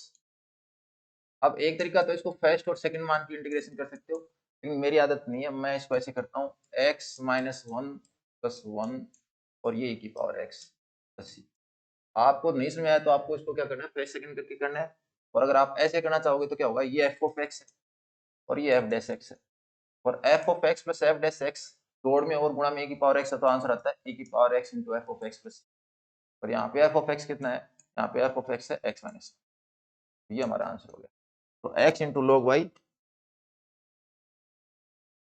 तो x into log y e की पावर x माइनस 1 प्लस, ये इसका आंसर करेक्ट है। यहाँ देखो लंबवर्तीय बेलन का समीकरण जिसका x z x हो, इसका मतलब क्या होगा, वो x और y में होगा, और x और y में सिर्फ एक ही है, तो आंसर थर्ड हो गया, आंसर थर्ड बढ़ा गया।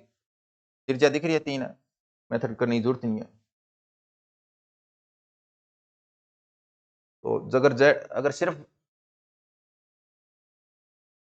ये देखना है कि जेड है तो उसमें जेड का पद नहीं होना चाहिए, बाकी में सब में जेड का पद है, तो कुछ दिमाग लगाने की जरूरत नहीं है, आंसर मतलब इतने इजी क्वेश्चन भी होते हैं। तो ठीक है, देखो भाई यहाँ पे क्या कर रहे हैं, एक रेखा बिंदु 1 2 माइनस 1 और 3 माइनस 1 2 से गुजरती है, या किस बिंदु पर वाई जेड समतल से मिलती है, किस बिंदु पर वाई जेड समतल से मिलती है, ये अपने को चेक करना है। तो हम क्या करना चाह रहे हैं, हम कह रहे हैं कि देखो वाई जेड समतल पे तो एक्स का निर्देशांक 0 होगा, तो देखो इसने सब में एक्स का निर्देशांक 0 भी दे रखा है, ये भी 0 दे रखा है, सब में वाई जेड दल में एक्स को 0 दे रखा है। अब आपको क्या करना है, वो बिंदु ज्ञात करना है। तो मैं कैसे सोल्व करना चाह रहा हूँ, मैं ये कहना चाह रहा हूँ, देखो भाई इसको आप मेथड से भी कर सकते हो कि इसके ऊपर कोई बिंदु लोगे, उसको लैम्डा अनुपात 1 से मान के बिंदु ज्ञात करोगे, उसका एक्स निर्देशांक 0 करके और उसका मान निकाल के सोल्व करके कर लोगे। मैं एक बार थोड़ा नया पैटर्न बता रहा हूँ, अगर आपको समझ में आए ना तो वो फॉलो करना, वरना ऐसे कर लेना। तो ये मेथड तो मोस्टली सभी करते हैं, हम कुछ हटके करने की कोशिश कर रहे हैं। तो बिंदु है 1 2 -1, बिंदु है 1 2 और -1, ठीक है।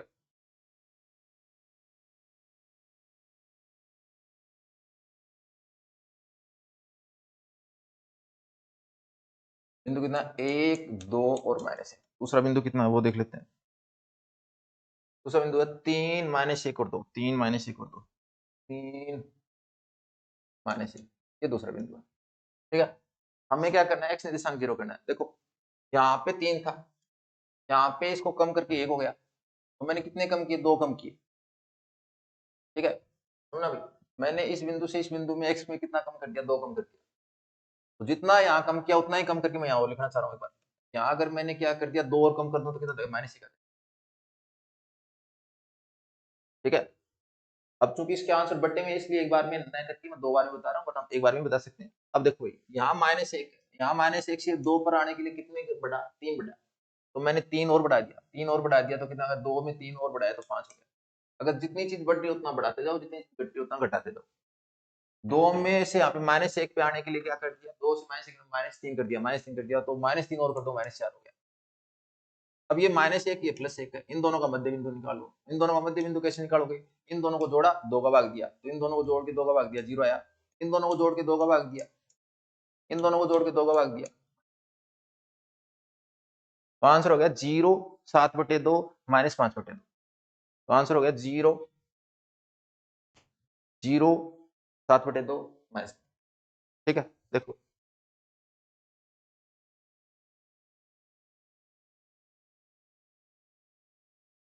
0 7/2 -, करेक्ट आंसर क्या हो जाएगा, 0 7/2 -5। ये हमारा आंसर हो गया। आंसर क्या हो गया, 0 7/2 -5/2। ऐसे आप ऑब्जर्वेशन से कर सकते हो कि है ना, ऐसे करके अपने क्या किया, उधर गए तो -1 आ गया, इधर +1 आ गया, उनका मध्य बिंदु निकाल लिया, आंसर आ गया। किसी को नहीं समझ में आया तो क्या करना है, क्या करना है, इन दोनों बिंदु को, एक बिंदु तो है 1 2 1 2 और -1 है, क्या 1 2 -1 है। दूसरा बिंदु कितना है, 3 -1 और 2। आप इसके ऊपर कोई बिंदु लिखना जिसके अनुपात लैम्डा अनुपात है, तो वो बिंदु कितना होगा, तो आप कहोगे 3 लैम्डा +1 लैम्डा +1।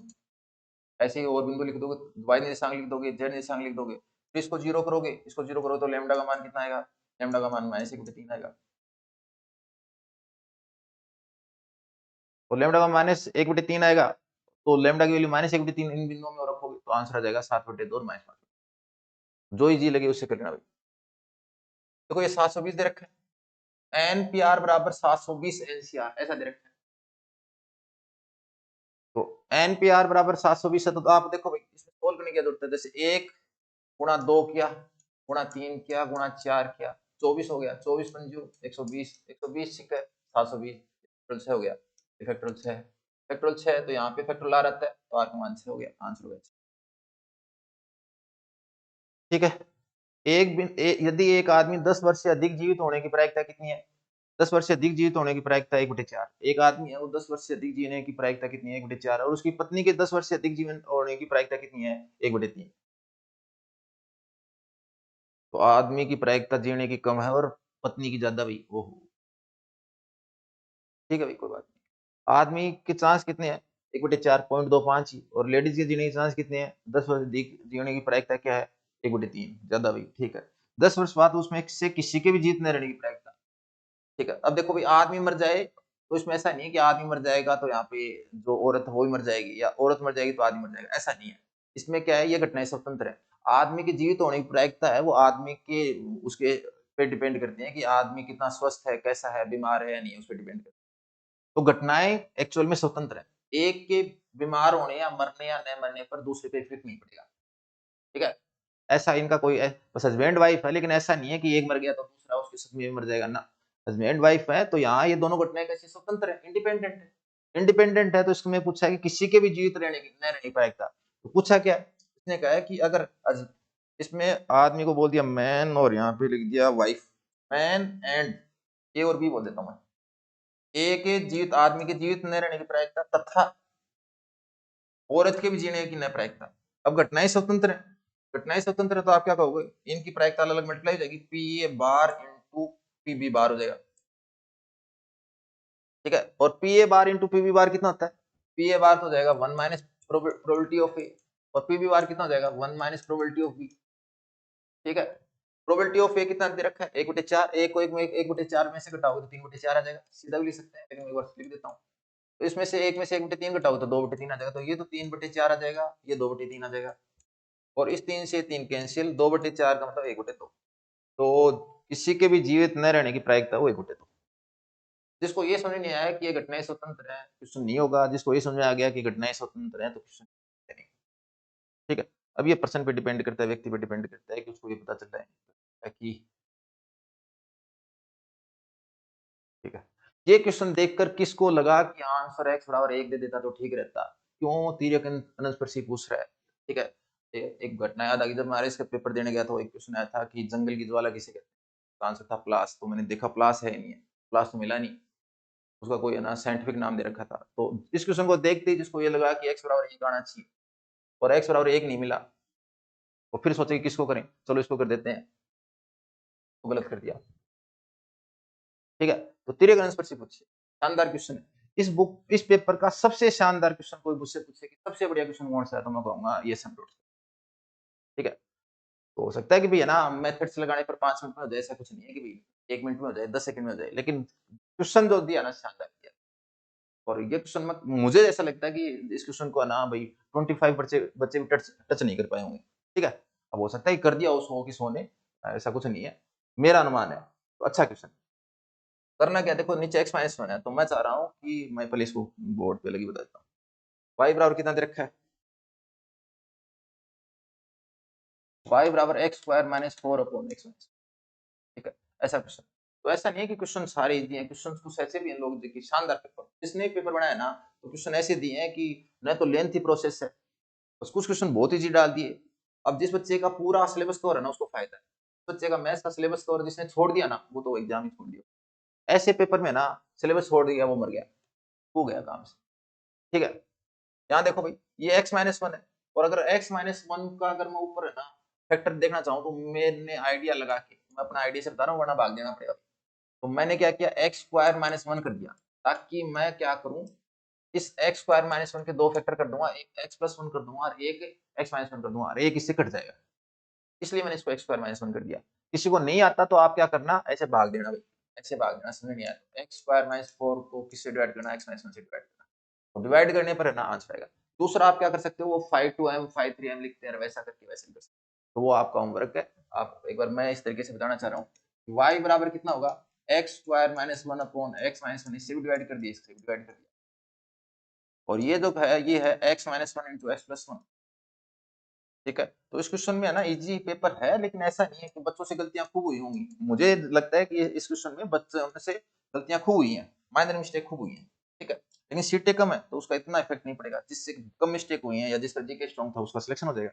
तो ये हो गया y बराबर कितना, x+1 - 3/x-1, और इसका ये जो ये पार्ट है ना, ये इसकी नस्ल। तो अगर किसी ने अगर ऐसा पढ़ा हो कि y बराबर mx + c प्लस कोई एक टर्म लिख देता हूँ, मान लो c1/x + c2/x², ऐसे आपने पढ़ा हो तो उसकी नस्ल cy बराबर कितनी होती है।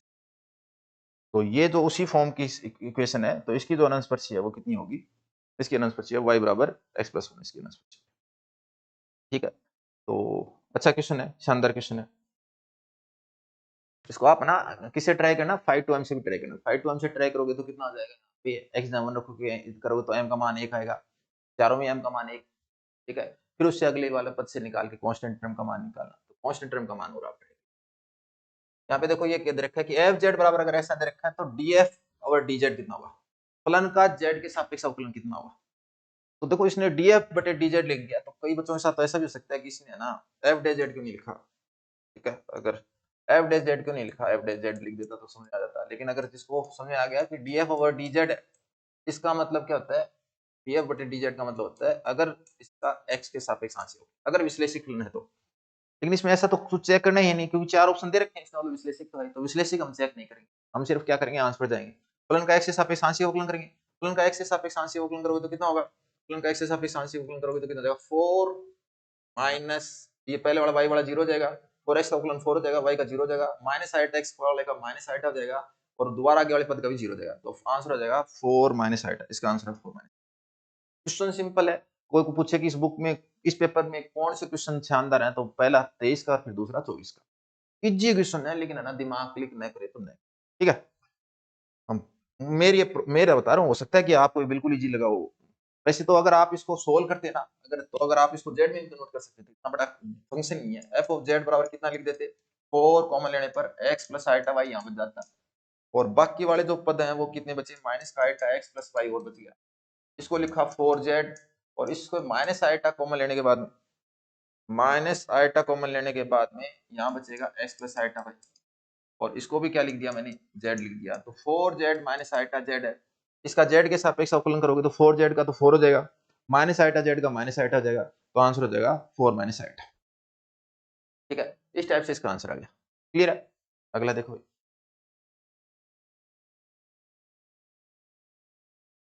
कर दिया आप। ये तीनों, ये तो एक क्वेश्चन भी अच्छा है साथ साथ में। जिसको इसका फॉर्मूला आता है अप्लाई कर सकता है तो वो कर सकता है, वरना ना इतना इजी क्वेश्चन नहीं पूछा जितने के अपने मोस्टली रिजल्ट लिखते हैं। कर दिया, आपके रिजल्ट काम के होते हैं, लेकिन अब जिसके दिमाग में उसने कर दिया, नहीं किया तो नहीं किया। तो इसका जो आंसर होता है वो कितना होता है, इसका जो आंसर होता है वो होता है, ये तो आता ही आता है,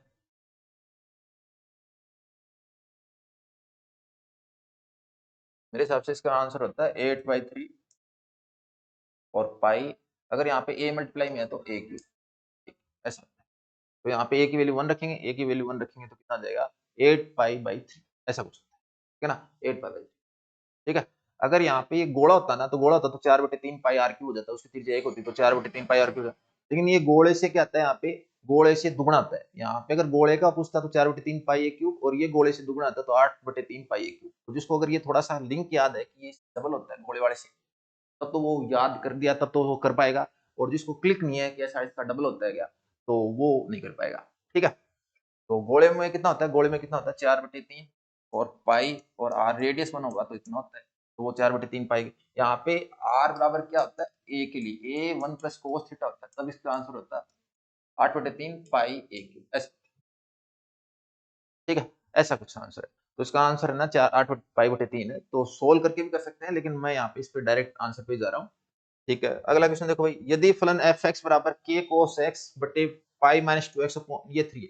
तो मैंने बताया 23, 24, 25 के, मेरे हिसाब से 23, 24, 25 के क्वेश्चन अच्छे थे। ठीक है, ये क्या दे रखा है, π/2% दे रखा है, π/2% दे रखा है, तो इसका मतलब क्या होगा, अगर इसकी लिमिट लगाएंगे π/2 पे, वो 3 के बराबर हो जाएगी। तो मैं क्या लिखूंगा, limit x tends to π/2 k into cos x बटे पाई माइनस 2x बराबर 3 हो गया। और जब इसमें π/2 रखो तो ऊपर भी 0 नीचे भी 0, तो 0/0 फॉर्म बन रही है, 0/0 फॉर्म बन रही है। तो हम क्या करेंगे, आप एल हॉस्पिटल रूल से लिखोगे, तो limit x tends to π/2 cos x का डिफरेंशिएशन कितना होता है, माइनस का sin x, और इसका डिफरेंशिएशन कितना होता है 0 - 2, तो -2 आ गया, बराबर कितना आ गया 3 आ गया। इसको सोल्व किया तो कितना हो गया, लिमिट लगाएंगे तो ये माइनस से माइनस पहले काट दिया मैंने, k रहेगा, k/2 रहेगा, और sin π/2 का मान मैंने लिख दिया 1, sin π/2 1 हो जाएगा, यहाँ पे 3, k/2 बराबर 3, तो k बराबर हो जाएगा 6, k बराबर 6, के बराबर 6 कर देंगे, के बराबर आ गया, कहाँ आ गया भाई, के बराबर 6, 2 से गुणा करना पड़ेगा ये। ठीक है, साइन 12 गुणा साइन 48 कितना है, साइन 12 गुणा साइन 48 बताना भाई, साइन 12 गुणा साइन 48,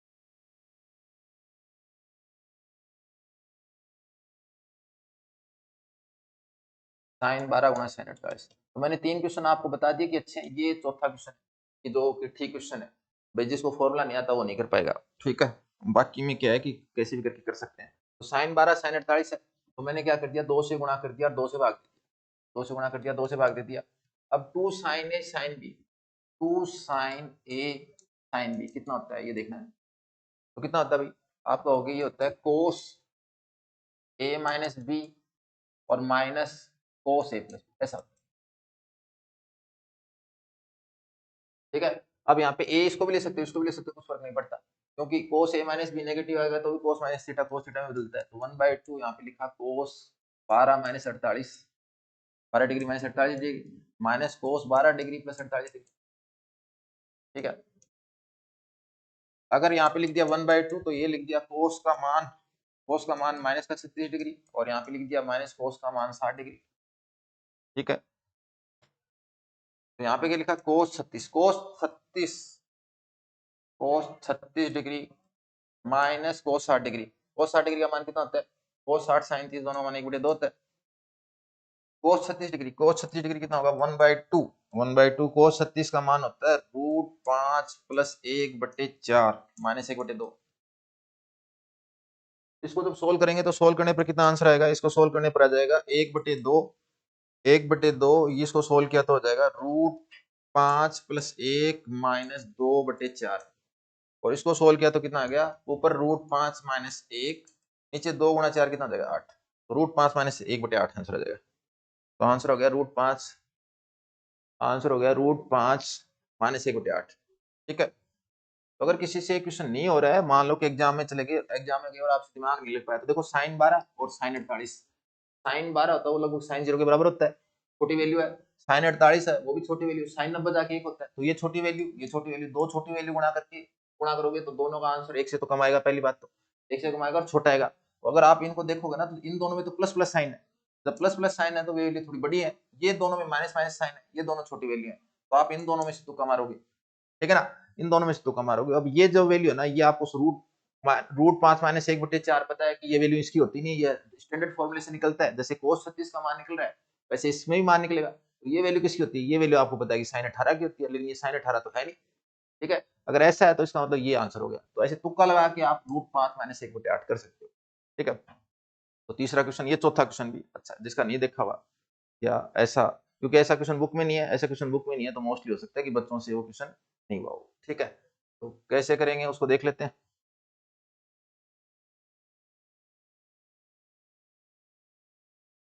तो क्या दे रखा है, ऑर्डर ऑफ ए कितना दे रखा है, ऑर्डर ऑफ ए 4 दे रखा है, ऑर्डर ऑफ ए 4 दे रखा है। ऑर्डर ऑफ बी कितना दे रखा है, ऑर्डर ऑफ बी 2 दे रखा है। और ए क्यूब बी बराबर दे रखा है बी। और पूछा कितना है, order of A B. Order of A B कितना होगा ये, ठीक है।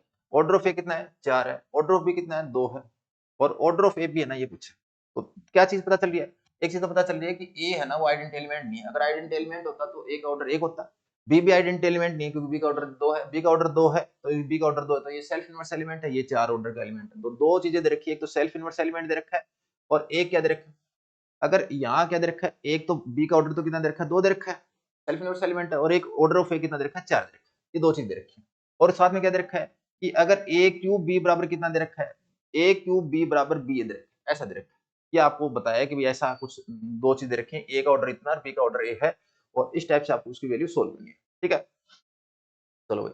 अब और क्या करना चाह रहा है, अब अगर इससे आपको पता चलेगा तो ए आइडेंटिटी नहीं है, बी आइडेंटिटी नहीं, इसका मतलब ए आइडेंटिटी नहीं है, बी आइडेंटिटी नहीं है, तो उनका जो प्रोडक्ट करेंगे तो वो प्रोडक्ट है, आइडेंटिटी वाला रूल तो लगेगा नहीं। साथ ही साथ ए और बी एक दूसरे के इनवर्स भी नहीं है, ए और बी एक दूसरे के इनवर्स नहीं है, तो ए को बी से मल्टीप्लाई करेंगे तो भी आइडेंटिटी नहीं है। आइडेंटिटी कब आता है, जब आइडेंटिटी को आइडेंटिटी से मल्टीप्लाई करें तब आइडेंटिटी आता है, या इसको इसके इनवर्स से गुणा करेंगे तो आइडेंटिटी। दो चीजें हैं, आइडेंटिटी आने का क्या तरीका है, आइडेंटिटी को आप आइडेंटिटी से मल्टीप्लाई करो, और दूसरा क्या है, आप उसको इनवर्स से मल्टीप्लाई करो। तो अगर कोई 4 ऑर्डर का एलिमेंट है तो उसका इनवर्स भी 4 ऑर्डर का होता है, यदि कोई 2 ऑर्डर का एलिमेंट है तो उसका उसका इनवर्स भी 2 ऑर्डर का एलिमेंट होगा। तो ये एक दूसरे की इनवर्स भी नहीं है। तो उसका मतलब एक चीज तो ये पता चल गया कि ये ए बी है वो आइडेंटिटी नहीं है। अगर ए बी आइडेंटिटी नहीं है, क्यों नहीं है, ये भी आइडेंटिटी, ये भी आइडेंटिटी नहीं, इसलिए आइडेंटिटी नहीं आ रहा, और ये इसका प्रतिलोम नहीं है तो भी आइडेंटिटी नहीं आ रहा। इसका मतलब ऑर्डर ऑफ ए बी है ना वो क्या नहीं है, एक तो नहीं है, पक्की बात है, एक नहीं है। अब अगर एक नहीं है तो फिर हम 2 के लिए ट्राई करेंगे, 2 होता तो क्या होता, तो 2 होता तो क्या होता, हम लिखते कि ए बी की पावर 2 कर दो, ए की पावर 2 कर दिया। ए बी की पावर 2 सोल्व करना है तो ए बी की पावर 2 को सोल्व करना है मतलब ए बी को ए बी से गुणा कर दिया, ए बी को ए बी से गुणा कर दिया। मैं इसको नेक्स्ट पेज पे कर देता हूँ, ए बी को ए बी से। ठीक है,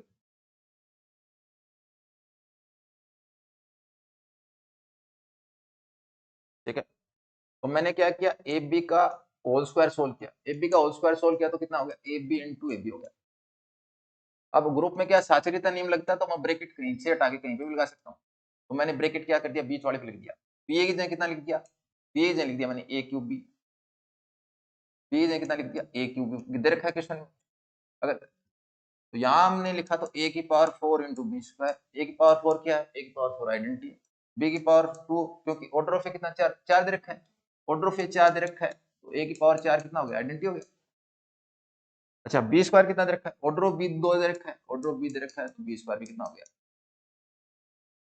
तो यहाँ हमने क्या किया, ये भी 2 ई को इसी को मल्टीप्लाई किया तो कितना आ गया, आइडेंटिटी। अगर आप कोई आइडेंटिटी एलिमेंट नहीं है लेकिन उसका स्क्वायर करने पर आइडेंटिटी आ गया, तो इसका मतलब ऑर्डर ऑफ ए भी कितना हो गया, ऑर्डर ऑफ ए भी कितना हो गया। तो ये क्वेश्चन है, इस टाइप से आप कर सकते हो।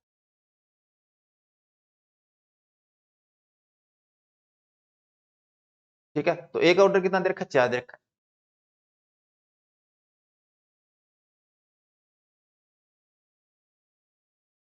बड़े भी आगे देखो,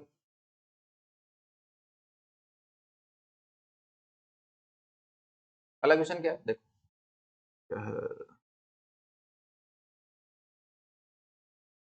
क्वेश्चन क्या है, एफ एक्स बराबर, देखो अगर 3 घात का बहुपद है तो 3 घात का जो बहुपद है ना उसका ग्राफ जब बनाते हैं तो ऐसा आता है, इधर से स्टार्ट हुआ, लेकिन ये तब आता है जब x2 गुणांक क्या हो, पॉजिटिव।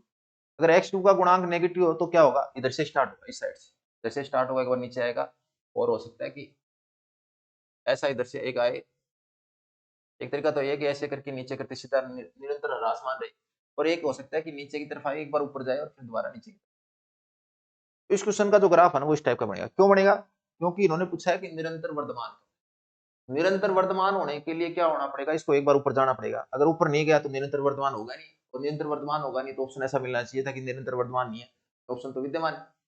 और ऑप्शन भी कैसा मिलेगा, यहाँ ये बीच वाला ऑप्शन मिलेगा, आप यहाँ से माइनस इन्फिनिटी से स्टार्ट करोगे ना, वो ऑप्शन हमेशा कैसा देगा, वो आपको ह्रासमान देगा, और जो इन्फिनिटी में खत्म करोगे वो भी ह्रासमान देगा।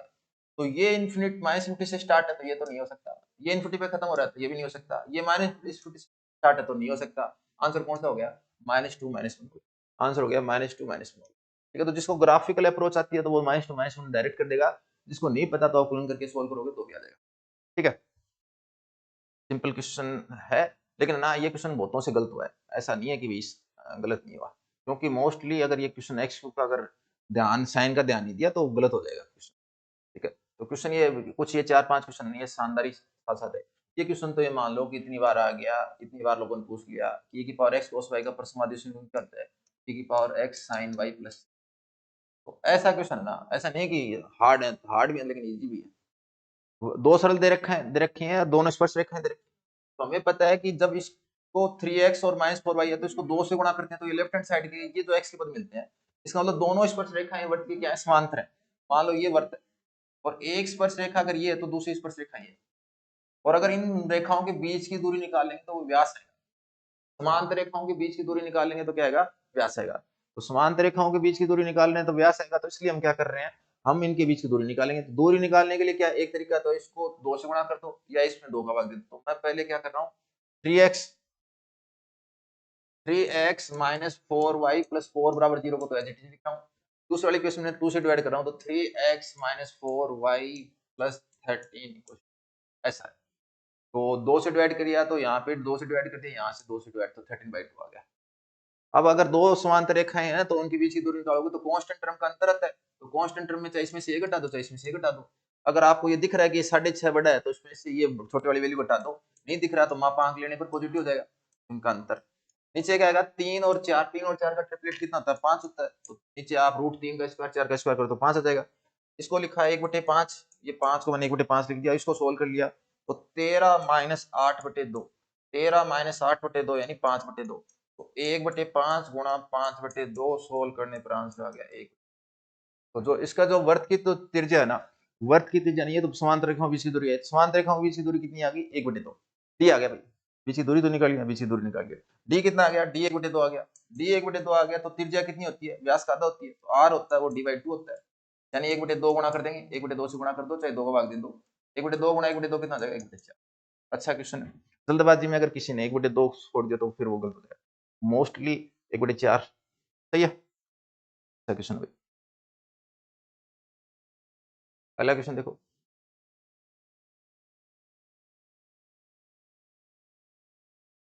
एक समतल निर्देशीय अक्षों को a, b और c पर इस प्रकार मिलता है कि त्रिभुज एबीसी का केंद्र कितना है।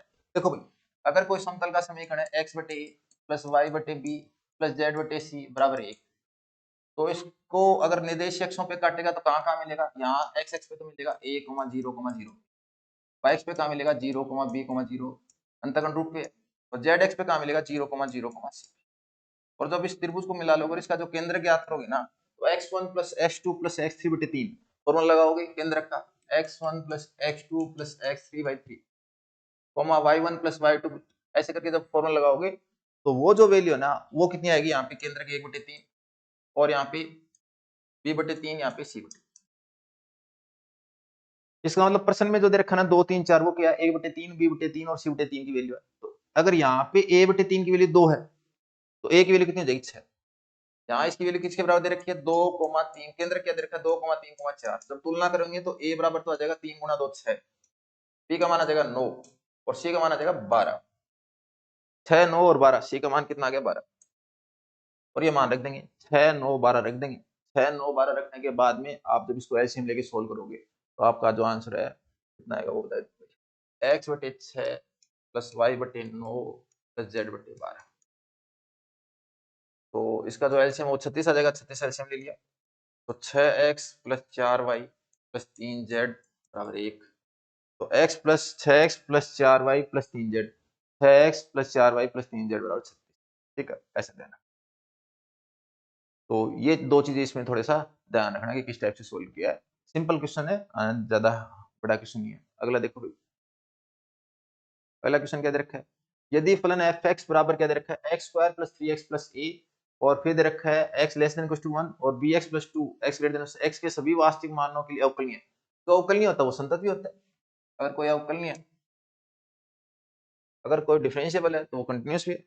डिफरेंशिएबल है वो कंटिन्यूअस है तो इसका मतलब क्या होगा कि इसकी जो वैल्यू है ना फंक्शन की 1 पे जो वैल्यू है ना वो इस पार्ट से और इस पार्ट से दोनों से इक्वल है। ऊपर वाले पार्ट से कितनी वैल्यू आएगी भाई, अगर आप ऊपर वाले पार्ट से वैल्यू निकालोगे यहाँ पे x रखोगे तो कितना आएगा, x की वैल्यू 1 पुट करोगे तो आएगा 1 प्लस 3 प्लस a। नीचे वाले पार्ट में 1 पुट कर दिया तो ये b प्लस 2। सोल्व करने पर कितना आ गया 4 प्लस a बराबर b प्लस 2। ये दो इधर ले जाके कैंसिल करेंगे तो 2 प्लस a बराबर b। इसका मतलब क्या है, b है वो a से 2 ज्यादा है। b है a और b पूछे, b a से, ये तो 2 कम दे रहा है, नहीं है। ये 1 कम नहीं है, ये 1 ज्यादा नहीं है, ये 2 ज्यादा है। b a से 2 ज्यादा है, b a 2 से ज्यादा, 3,5, 3 और 5 आ जाएंगे। ठीक है, अगला क्वेश्चन देखो, मूल बिंदु तथा वृत्त से होकर जाने वाले गोले का समीकरण। इस वृत्त से होकर जाने वाले गोले का समीकरण पूछा है। तो देखो किससे जा रहा है वृत्त, मूल बिंदु से। ये मूल बिंदु से होकर जाने वाला गोला पूछा है। गोले का समीकरण मूल बिंदु से कब जाएगा, जैसे अचरपद नहीं होगा। अचरपद हटाने के लिए क्या करना है, देखो यहाँ 9 है, यहाँ 5 है, तो मैं इस समीकरण को तो किससे गुणा करूंगा 5 से, इसको किससे गुणा करूंगा 9 से, और मैं क्या कर दूंगा घटा दूंगा, तो कांस्टेंट टर्म गायब हो जाएगी, आंसर आ जाएगा। तो मैंने क्या किया, इस समीकरण को किससे गुणा किया 5 से, 5 से गुणा किया तो कितना हो गया 5 बराबर 5 गुणा x square plus y square plus z square बराबर 45। तो इस समीकरण को कर दिया 9 से गुणा, 9 से गुणा किया तो कितना हो गया 9 गुणा 2x plus 3y plus 4z बराबर 45। और ये 45 और ये 45 दोनों 45 बराबर हैं, इसलिए आप एक दूसरे में से घटा दो।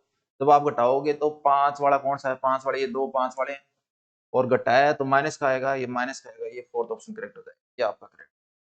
तो 5x square plus y square plus z square minus 9 into 2 bracket में 2x plus 3y plus 4z equal to 0, ये आंसर हो जाएगा। तो इसको 5 से गुणा, इसको 9 से गुणा के पीछे माइनस का साइन, आंसर, बात खत्म। तो ये मैंने थोड़ा लिख के देख दिया, आंसर दिखना चाहिए स्पष्ट, साफ साफ दिखना चाहिए, बहुत इजी क्वेश्चन। यदि एक लंबवर्तीय शंकु के तीनों जनक परस्पर लंबवत, तो ये तो रिजल्ट ही लोग याद रखते हैं कि tan इनवर्स √2 होगा, वरना क्या होता है कि आपको याद क्या रखना पड़ेगा, x square plus y square minus tan square alpha z square बराबर 0। ये हमने एक लंबवर्तीय शंकु ले लिया जिसके जनक परस्पर क्या है, लंबवत है। ठीक है, और उसका प्रतिबंध क्या होता है, प्रतिबंध होता है कि a प्लस बी प्लस सी बराबर 0 होना चाहिए, एक्स स्क्वायर का गुणांक प्लस वाई स्क्वायर का गुणांक प्लस जेड स्क्वायर का गुणांक 0 होना चाहिए। तो कितना लिखेंगे, 1 plus 1 minus tan square alpha बराबर 0।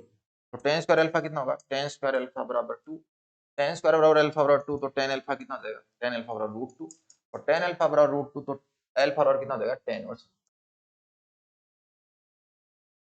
कितना आ गया tan इनवर्स √2।